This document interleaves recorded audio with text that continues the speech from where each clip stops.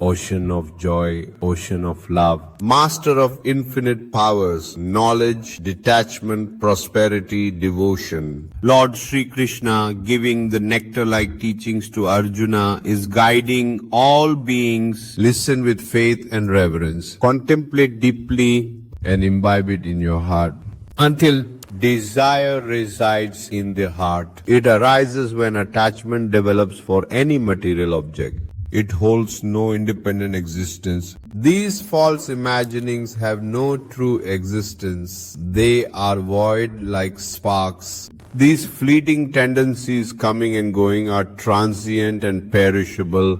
This craving, this desire, it prevents us from realizing the divine wisdom of Bhagavatam. It hinders us most. Devotees and seekers on the path of knowledge, love, yoga and spirituality face this obstacle.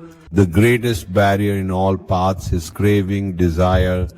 Its presence is not inherent, thus there is no need to fear. Its arrival stems from attachment to material relations. Gross subtle reason, subject, individual, place. Wherever desire is tainted, it originates at the root. All root communities or fabrications are tied to this. All these are afflicted by the venom of time. Its power doesn't even exist. It has already been consumed by time, meaning consider it destroyed. You see it, but it is indeed destroyed. Until our connection to ignorance is severed, this work won't cease.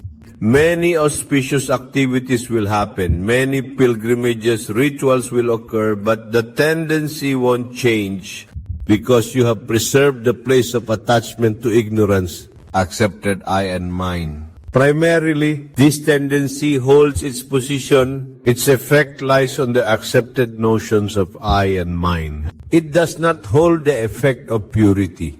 Some people, for instance, if someone attributes lust to divine place of the goddess, they must know that when a practitioner steadily progresses in this path, lust is renounced. Then where is its role in sacred objects? Where is its entry? For its usage and entry lie only in material objects, in passive bodies, in inertial attractions, and in actions steeped in inertia. It avoids the bliss of being conscious. Its efforts in consciousness are very slight. Therefore, the sacred verses of Sri Chaturashti Ji, Sri Maharasa Kalimal Ji, Sri Radha Sudanidhi Ji, and 42 Leilas are all unique manifestations of consciousness and bliss. These ignorant beings, when they compare those words to the natural inert actions, it should be understood that the desires are rooted in inertia. They remain outside the realm of consciousness. It cannot reach or affect consciousness. Then how can it possibly touch any facets of our consciousness? How will its efforts manifest there? Within the bliss of consciousness, your body becomes flawless and pure. Only the deserving one. Only a qualified worshipper can understand this. Therefore, one must first grasp this concept thoroughly, its attraction. Its dwelling and its actions reside in inertia, not within the riches of consciousness. Half the divine, this physical body formed of man and woman is created by the 5 elements. In the form of divine bliss, there are no markers of man or woman. There is no play of gender distinctions in that divine form above man and woman. Understand this first. In our true essence, neither is there woman nor man. There are no emotions, only the serene essence of our true self, which has no gender, no animal, no bird, no deity. In the blissful divine, that essence exists. It is eternal, infinite. There is a rush, isn't it? It is eternal, indestructible, blissful. It's our origin. Then comes the form of our fragmentary beloved. Like one drop out of millions in a vast ocean, the same ocean is present in a drop, but the ocean remains the ocean, right? Even the tiniest fraction of a drop is still a drop of the ocean and is called the ocean. It belongs to the ocean, but the ocean is still the ocean, isn't it? In the same way, a part remains a part, doesn't it?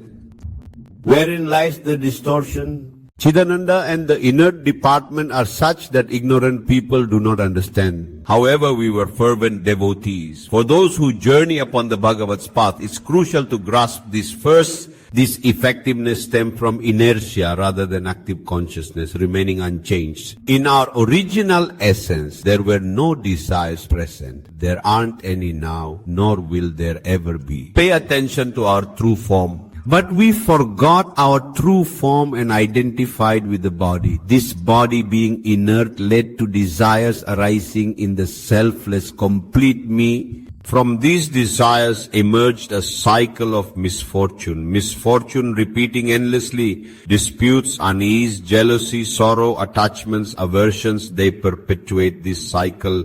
As long as the eternal tradition is not eradicated, we will not find our place of rest. You have accepted the cycle of misfortune. You must be the one to end it. You must relinquish your convictions. The body itself, its relationships and pleasures, this all contributes to the cycle of suffering. The unwise person does not understand this. For him, this harsh truth feels akin to a parting from loved ones and family. The idea of giving up the pleasurable tendencies of indulgence, the body which holds such significance to me and is deeply cherished, that seems like my very self, the detachment from this attachment. That's all. If anyone even tries to understand it, it feels like lifting a mountain. It isn't something I can do. But didn't you yourself do it?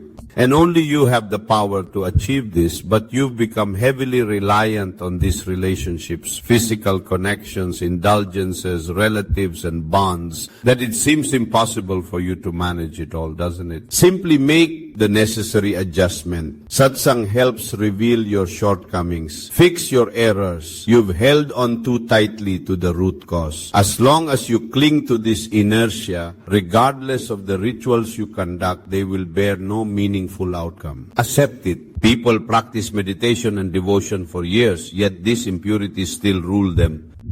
Why? Because you've prepared everything for it. The connection to inertia, ego resides in inertia. That is where it is built.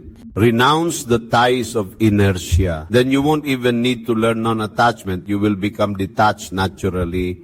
Therefore, immerse yourself in understanding this wisdom. To the one who understands the eternal foe, who was this embodiment of desire, it brings about disastrous consequences. By the grace of the Lord, O son of Kunti, this desire is like fire. Just as feeding clarified butter into the fire only makes it blaze higher, desire will never be satisfied. It will only intensify. Much like the sages and followers of the knowledgeable ones, reflect on this everlasting foe called desire. It is not mentioned here concerning mankind, because all humans are under its control. The wise aim to keep it away, to defeat it. The devotee wants to immerse themselves in devotion. By deviating from this aim, the knower seeks to renounce the growth of ignorance. May the divine grant such a state of resilience against the enduring foe of desire for the enlightened, the learned and the faithful.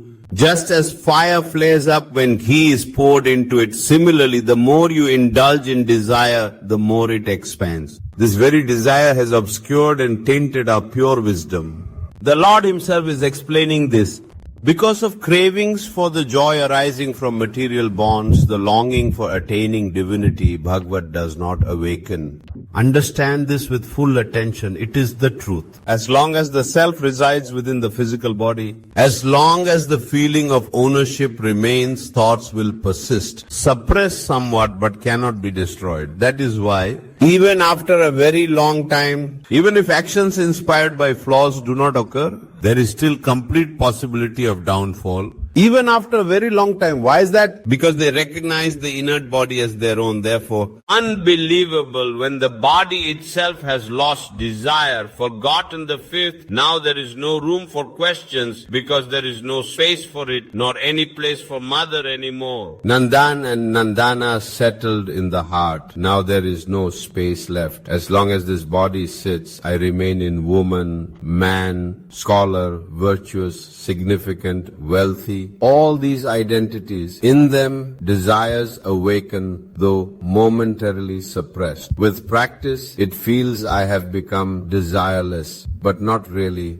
For the wisdom of those aspirants, covering wisdom and indulging in reckless actions, this is the power of desire, its capacity. For wise aspirants, the greatest enemy is this desire, yearning desire. as soon as it begins to manifest, the wise aspirant must become vigilant as calamity has approached. Now, will you explain? Now, this will surely lead us to ruin. Here comes desire. Wisdom burns for the aspirant. Frustration arises. Things feel unpleasant. It stings. Through this struggle, one achieves victory. Keep in mind that which starts feeling good, desire will destroy that. The ongoing rhythm and dance of the seeking soul, its indulgence. Any entity, individual, location, condition, worldly scenario, its desire. This prevents us from expressing our deep yearning to meet the divine. It appears appealing to the eye, yet God regards it as another form of grief. It reveals sorrow. It delivers bondage, punishment, major diseases, humiliation, criticism, and unrest. To those who find this effort welcoming, we shall converse as well. We will deliver talks, listen attentively, and serve humbly. We may do it as well. Yet we still eagerly await the moment to reunite with our beloved companion. Everything happens like this. And then after such a situation, the one who sees work as a friend demands it. While engaging in all of this, their internal connection and contemplation remain directed at the task. Without desire, there is no pleasure in any experience. Pay close attention. It appears delightful. In a world filled with sorrow, if anything feels enjoyable, it's driven by your desires. The intensity of your craving for a person, object, or substance determines the extent of your pleasure. Pay attention. When your longing makes you detached, nothing anywhere will seem flavorful or appealing. This attraction to joy, its root cause is your desire-filled contemplation. Your thoughts must not be allowed. When any subject is given, you will observe that happiness wasn't discovered in the result. Fear has been provided to you. This evening you will be sentenced to death. You have the day to enjoy as much as you want. Then you will see that in this pit of sorrow you will not find happiness anywhere but sorrow. Because your mind is set that by evening you will be shot. At this moment, happiness will elude you everywhere. Thought revolves around indulgence, and the deeper the contemplation, the more happiness it yields. Clearly understand that there is no happiness in indulgence. True joy is rooted in profound meditation. Happiness cannot be realized without it being experienced. In a situation where we know that this person will take our life, regardless of their love or effort, nothing will genuinely make you happy. It might seem that this beloved thing will bring happiness, but as soon as you desire it, the attachment makes it feel pleasant. Oh, naive ones. Here, the term naive refers to those unaware. They mistake the foe named lust for a companion. It's solely by its presence that pleasure appears in enjoyments, otherwise not a bit arises. Isn't that undoubtedly the case? God himself is pointing out that due to work and desires, you are feeling happiness. Because there isn't any work, an inflated sense of importance develops around it. For example, these days you might not feel like wearing gold. There is no fragrance in a rose, no taste in it, no touch that brings comfort. It is essentially a societal idea that has ascribed importance to it. Gold is regarded as incredibly costly, a precious item symbolizing pride. Look, I have something worth $500,000. Jewelry gains value solely from the significance we attribute to it. What will you do? You can't eat it, nor can you sell it off to buy anything else. Now you don't even want to wear pants. Just a loincloth is sufficient for you. Why? Now that you're a saint, what's your plan in this situation? You say it is of no use to you. Why? Because after reflecting on it, you realize it is not suitable for you anymore. When there's truly no need to purchase anything, money loses all meaning. Alright, it's taken for this purpose, to sell it and get money to buy necessities with that money. But now you need none of these three things, neither that object, nor money, nor any material goods. Because your sustenance comes from God. So what will you do with it? What if someone places 5 kilos of gold jewelry before you? You will feel burdened and say, brother, I don't need it, take it away. What will I do with this? I don't need it. Look at any object. Now consider a poor man who has often heard about the greatness of gold. And if you hand him some thin little strand of gold, he'll feel overwhelming gratitude and delight because of the perceived importance he holds for it. What? The divine souls who attain the significance of the Bhagavad see no difference between a piece of stone and gold because its worth doesn't matter to them. In this place we emphasize and deeply consider everything we concentrate on. Otherwise nothing here, be it an object, person or place, seems truly joyful to me. Those ignorant individuals indulging in worldly pleasures consider desires their friends. Hence, they don't consider gurus or the words of scriptures as friends, only their desires as friends. If there's no desire, God says that worldly pleasures bring sorrow instead of happiness. Desire is the root cause of such enjoyment. Therefore, always perceive this adversary as an opponent, not an ally. Stay cautious if the foe draws near. Surely you'd remain vigilant, wouldn't you? One will constantly watch their every move, thinking they might attack us anytime, try to destroy us. Even if the enemy behaves in a friendly manner, we'd stay cautious. A slight action against us will result in one of two outcomes. We defend ourselves or destroy the enemy. Because enemies are enemies. If you consider desire as your enemy, as God himself says, you'll always remain vigilant. What constitutes vigilance? Constant chanting of his name ensures eternal alertness. The name is being recited, wisdom flows. This is here to defeat me, to distance me from the divine. Chant Radha, Radha, Radha continually and its influence won't affect you. Trust that no matter how much we are bent by desire, it won't affect us because the Radha chant resonates within complete knowledge. What could be its most significant downside? It hampers your experience with spiritual practices while eclipsing the wisdom from divine presence, rendering it difficult to grasp. No matter the joy or activity before you, there's an urge to succumb to it. Many spiritual seekers in solitary places, they stop to confess that such and such external actions were committed. Those who are aware from the outside see it and come to understand that the seeker realizes, I made a mistake. They confess solemnly but say no error occurred despite their declaration to God as a witness. Your very own physical essence and being, will you consider it your own? If you act whimsically, I cannot stop you from taking any oath or having anyone as a witness. Remember, these things are futile. These thousands of oaths, thousands of promises will crumble into dust in a single minute. This is not a trivial matter. It is a conqueror of the three worlds. No ordinary force. Do not underestimate it. It holds the power to disrupt even Lord Shiva's divine meditation. Read and see for yourself. When, with firm determination, this has tested even Lord Shiva's meditative state, it burned the meditation to ashes.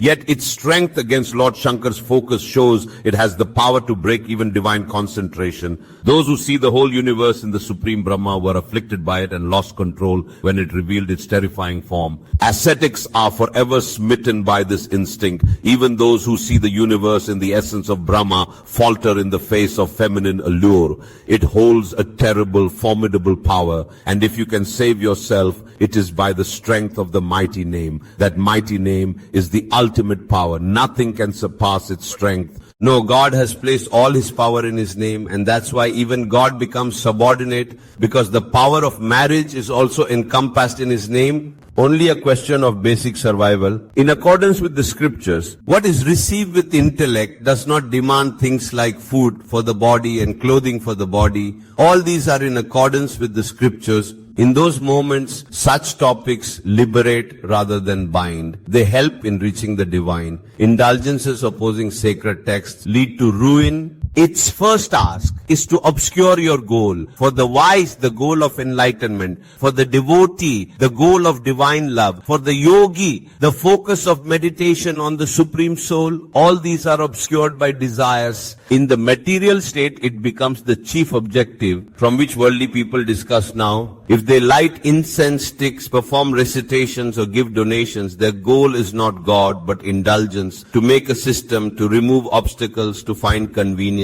That is their aim. For the devoted individual, this should be reflected upon. That greater joy lies in work and play of desire.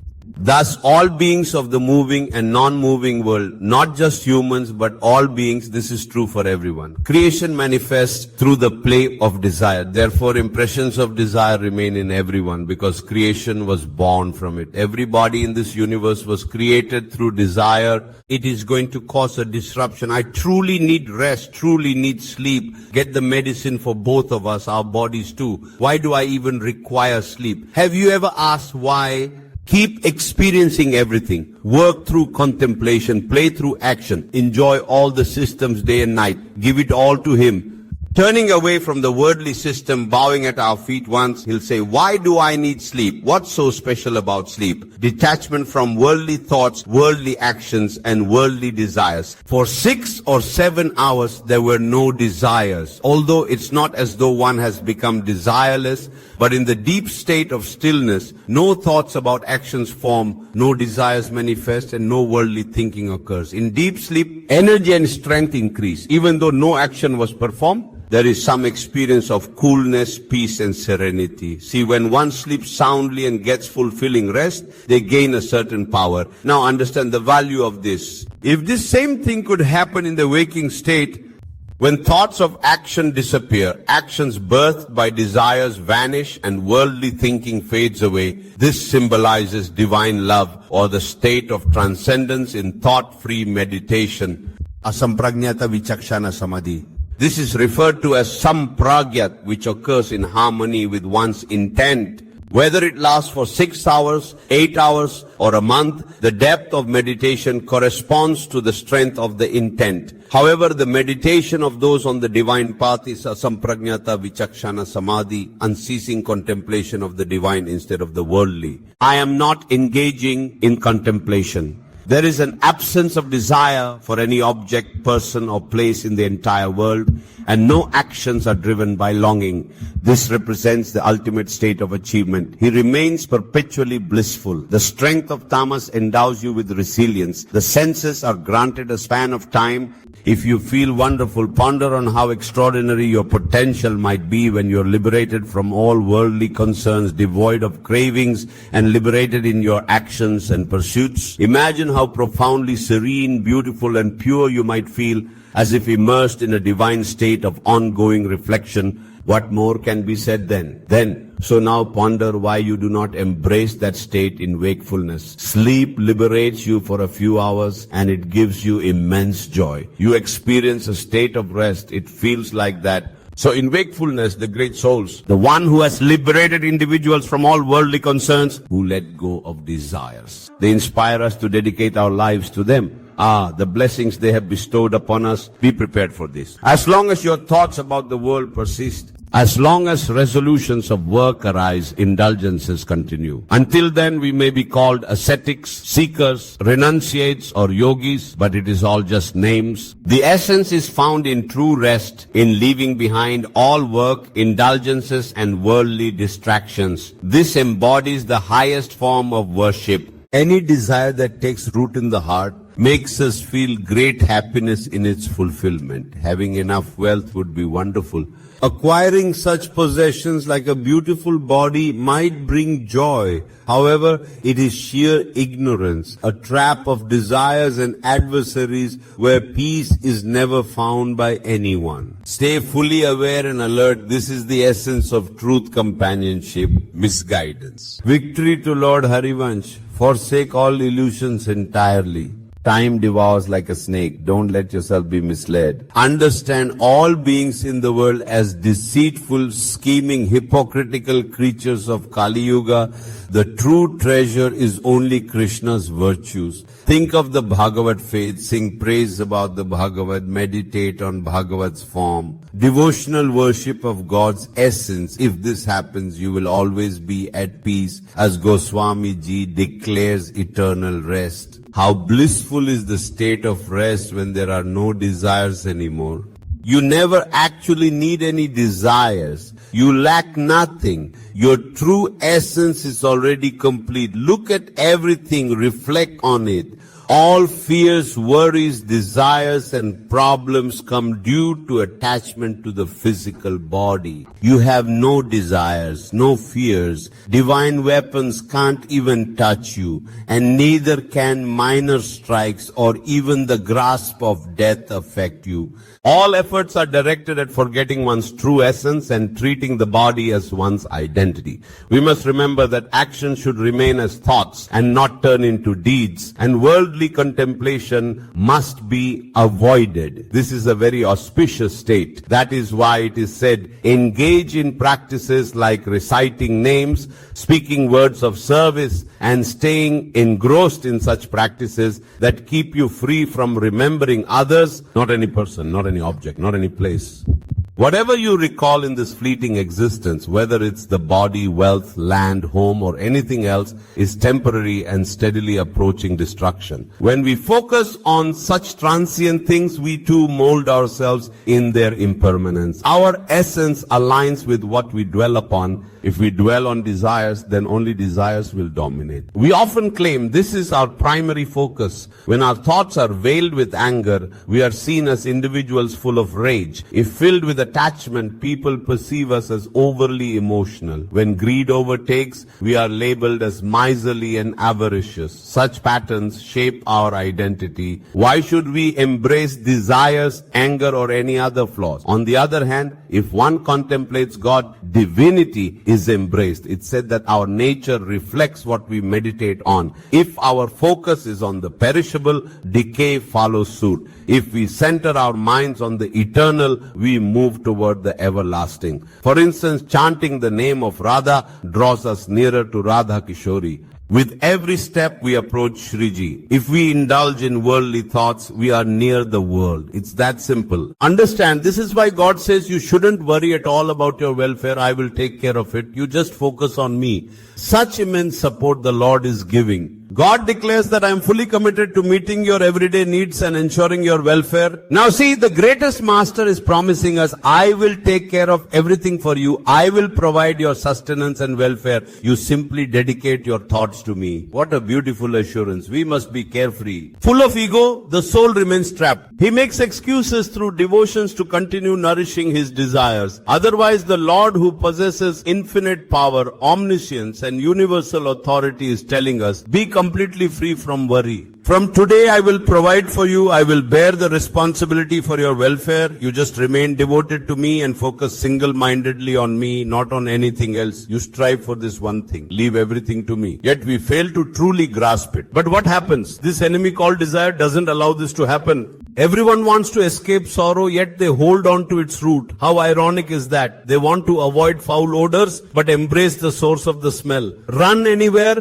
escape saying this place stinks, but wherever you go, the odor follows you. It remains tied to you until you discard it. Similarly, you try to flee from suffering, but the root cause, desire, is within you. True happiness comes only when desires are gone. Even in dreams, this desire won't let you feel happiness, will it? Without satisfaction, desire thrives endlessly. True happiness comes only when desires are gone. The Lord says that as you give in more to worldly delights, your cravings for them will intensify, and as these cravings heighten, your attachment will deepen. Indeed, we rely on these pleasures so much now. It seems as though we no longer need God and are already living that way, but we cannot function without these pleasures. And where this attachment arises, enthusiasm for sinful deeds also begins to grow. Whatever you are, a devotee should reflect. Which sinful act is driven by such a great sin? It is called Mahapapma. The Lord calls it the eternal enemy, our perpetual foe. We must conquer it with utmost care. So if you want to conquer or defeat it, then you must know about it. Where does it reside? We know its effect, but where does it reside? To eliminate this foe, in order to annihilate it, I must know everything about where it resides. Where does this enemy named lust reside? The Lord gives its introduction, mind and senses and intellect. These are said to be the dwelling places of lust. This desire, this lust, using the senses, the mind and the intellect, covers knowledge and deludes the ego-identified soul, leading it to ruin. It requires utmost caution. God explained where desire resides. So first understand this desire, as explained by God, must be connected to the objects of the senses. For example, the eyes. Within the eyes, desire isn't inherent. It only manifests when the eyes observe a form. This insight from God's words deserves deeper contemplation. God mentioned that desire is triggered in taste when a relished substance appears. then the mouth salivates. Ah, indeed. In essence, the longing for contact with objects triggers desire in the senses. That's why God directly refers to the senses. Primarily, the senses relate to objects. For example, the ears. Hidden within the ears is a subtle yearning, but it surfaces only when pleasing sounds occur, such as harmonious music or congenial words. Listen deeply. Through its bond with sound. In the hearing sense, desire arises from sound. In the visual sense, desire arises from form. In the taste sense, desire arises from flavor. Observing or experiencing this touch pleasure generates desire in the tactile sense. That's why God stated that desire resides in the senses. So primarily, God's intention in explaining this is that desire first resides in the objects of the senses, as sensory connections are essential. If we haven't seen the form or appearance, how will desire arise? Only when the form is seen does desire ignite within the eyes to observe it. Thus, the primary location of desire is the object. That's a key reason why it's wise to steer clear of looking, refrain from indulging the eyes with cravings, exercise caution, and truly nothing else, witnessing such grand sights. Even those inclined towards selflessness suffered harm from merely looking. There was vision, yet the fire of desire hadn't been sparked. However, when the eyes caught the sight of the fish's movements, longing stirred in the mind. And the mighty king unfolded 50 tales. Sobriji contributed, so how many offspring are included in total? Today, Amir managed to witness it fully. This visual influence intensifies the sensory allure. This scripture serves as a guide, helping steer clear of all things that might lead one astray. Sages and monks conduct themselves in this manner. Whatever the object may be, one shouldn't hastily direct their gaze without discretion. A sincere seeker remains mindful. Those who walk without attention are showing signs of worldly attachment, not spirituality. And those who are accomplished saints reach their state through such discipline, hence their nature adapted accordingly.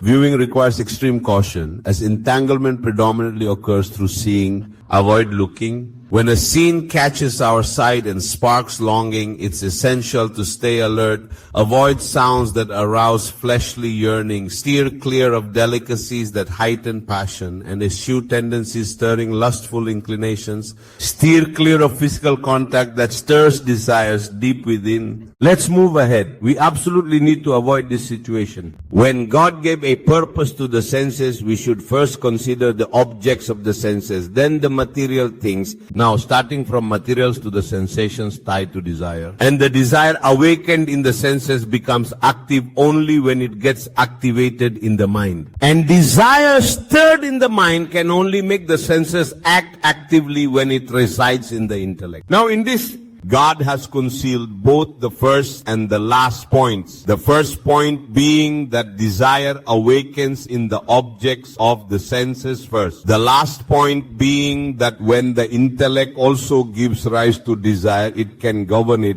I exist. God pointed out that the primary source of this desire is universal and all-encompassing. From the ego of inertia, I am the body, I can enjoy, I pass it to the intellect supports desire in the mind, and the mind loosens its hold on the senses. The senses, drawn by the attraction of objects, destroy themselves, while the ego might possess the ability to stop the system entirely. However, because of its strong link with inertia, it makes no effort to intervene. I exist. This topic will now be elaborated upon in detail. How God explains the desires rooted in senses, mind, intellect, and ego present among living beings by veiling their wisdom, captivating them, and ultimately leading to their downfall.